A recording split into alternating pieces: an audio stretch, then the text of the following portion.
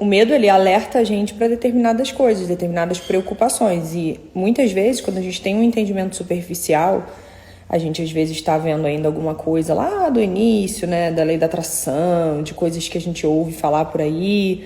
A gente fala, a gente não pode sentir medo porque o medo atrai. E não é bem assim.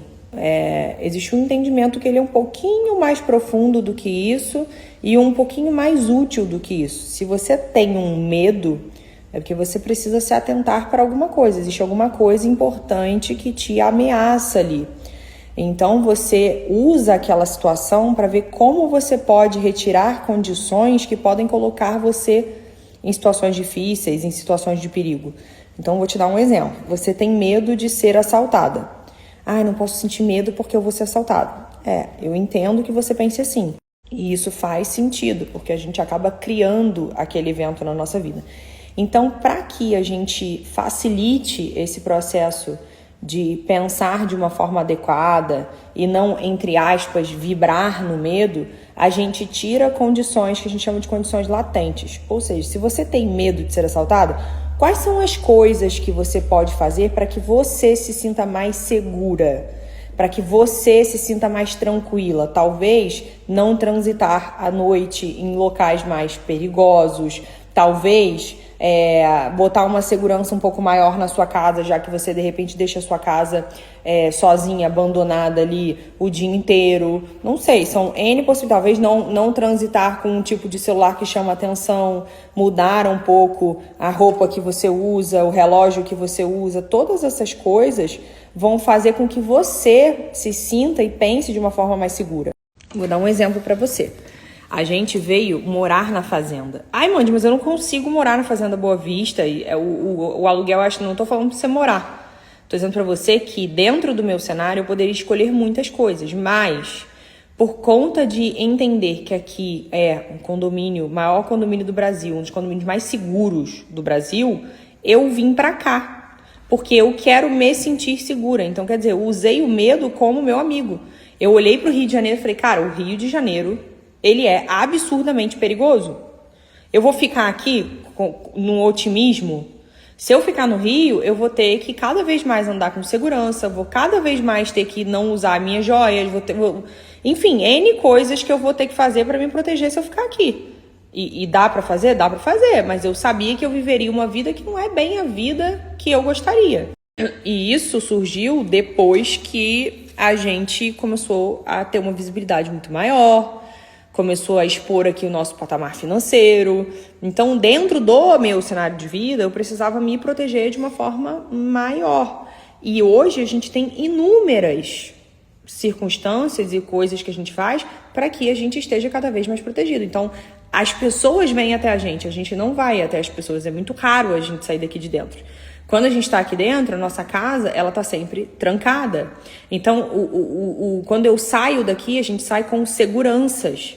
A gente sai em determinadas circunstâncias. Talvez eu não pegue um voo comum, eu pegue um outro tipo de voo. Tudo isso é para que eu me sinta segura e não gere nada, nenhum evento indesejado na minha vida, entende? Então eu estou usando o medo como meu amigo. Eu não vou ficar, gente, vamos vibrar positivo. Tá tudo bem, ninguém vai assaltar a gente não, ninguém vai sequestrar a gente não. Isso é uma coisa que a gente chama de otimismo burro. Porque nós somos criadores em processo de aprendizado. Então você tem que contar com o fato de que o seu pensamento ele pode não estar tão alinhado assim.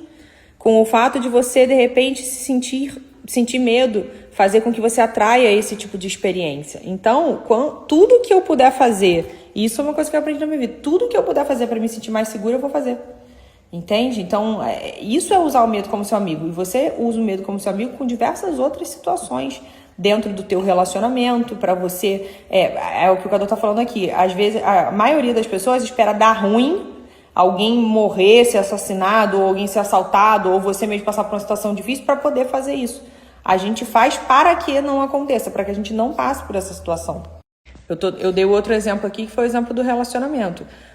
Eu sinto um pouco de medo de ser traída. Eu sinto um pouco de medo do meu marido me abandonar. Não, vou ficar aqui sendo positiva máxima. Não, quais são as condições que eu preciso resolver no meu casamento, no meu relacionamento, para que não haja brecha para esse tipo de coisa?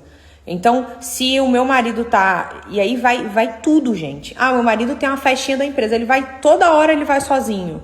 Toda hora ele tá sozinho nos eventos da empresa. Toda hora ele tá no não sei aonde. Toda hora ele tá... Então, assim, começa a abrir muita brecha, entende? E você, muitas vezes, tá ali confiando 100%.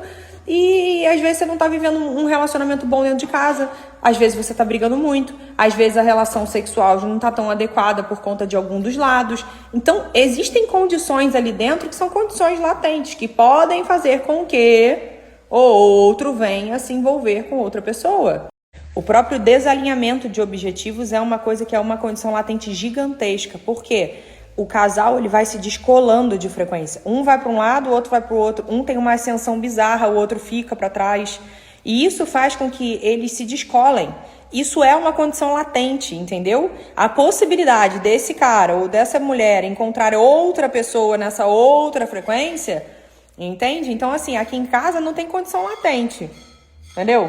Se Cadu quiser me largar é porque deu ruim mesmo.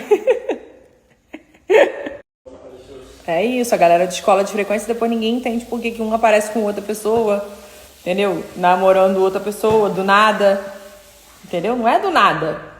Tem um monte de condição latente que deveria ter sido tirada nesse relacionamento. Então, assim, aqui a gente tá sempre alinhando, sempre alinhado, sempre olhando no olho um do outro, sempre percebendo se o outro tem alguma necessidade, sempre dando atenção um pro outro. A gente tá atento, entendeu? Não é, deixa a vida me levar, a vida leva eu. Não é assim. Então, não tem briga dentro do casamento, a gente se gosta, a gente tem uma química muito grande um com o outro, uma atração muito grande um pelo outro. Se essas coisas começam a se perder, você tem que se preocupar, você tem que recuperar, porque isso é uma condição latente para outras coisas acontecerem.